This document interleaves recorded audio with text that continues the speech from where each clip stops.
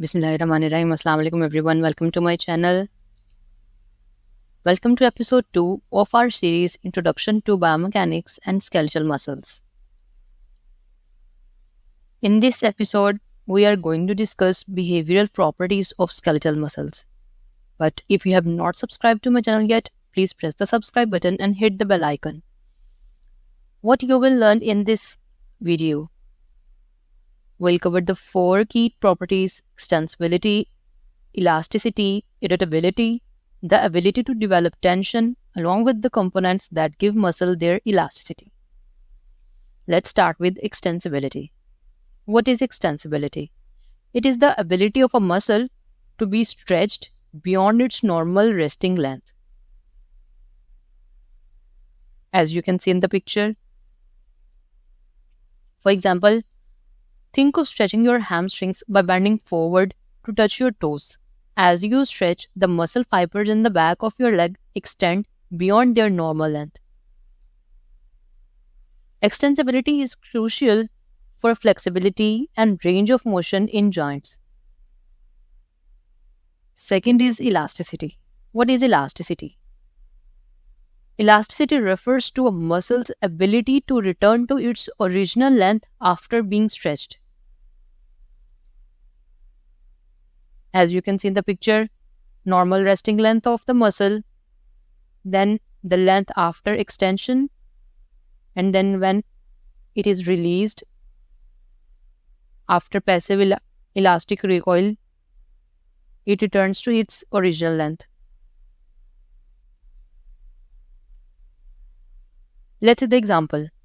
Imagine stretching a rubber band or the elastic band as you can see in the video. When you stretch and then letting it go, it snaps back to its original length. Muscle behaves similarly. In physiotherapy, this property helps ensure muscles regain their original length or natural length after being stretched. When you release a stretched muscle, like after touching your toes and coming back up, the muscle goes back to its resting length. To explain the elastic behavior of muscles simply, we will include parallel elastic component and series elastic component, along with their role in muscle elasticity. To understand this concept, first recall the physics concept of series and parallel circuits. In a series circuit, all the circuit elements are in the same line end to end, and in parallel circuit, the elements are parallel to each other. Similarly, the muscle has 2 components: muscle membrane and tendon. The muscle membrane is a parallel component and tendon is a series component. Parallel elastic component. The parallel elastic component is provided by the muscle membranes, and it offers resistance when a muscle is stretched passively. It controls overstretching. Series elastic component. The series elastic component is mainly found in the tendon, and it acts like a spring. When a muscle is stretched while it is tensed, the series elastic component stores elastic energy. How both components work together?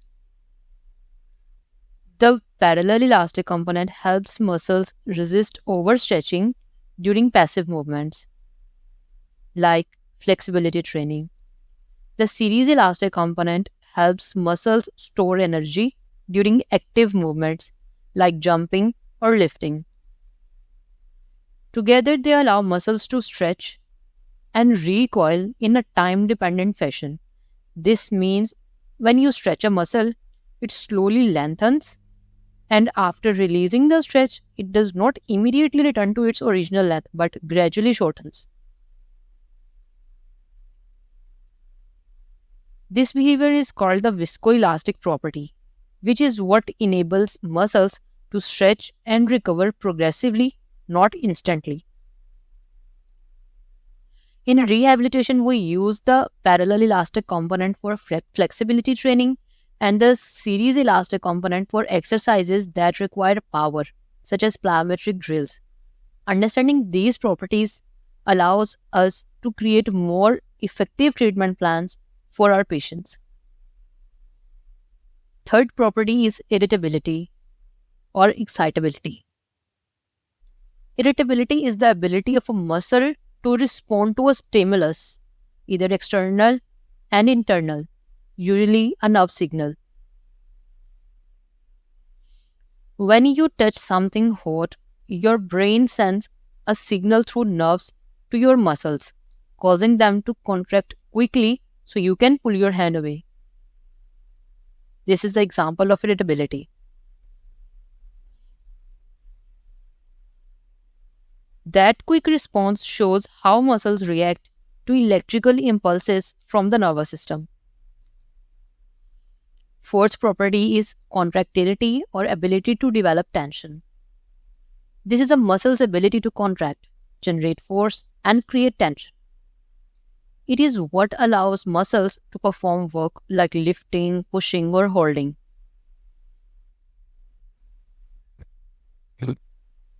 When lifting a dumbbell, your biceps develop tension, shorten, and contract to lift the weight. When you lower, the muscle lengthens while still developing tension, which is how you control the descent. That's it.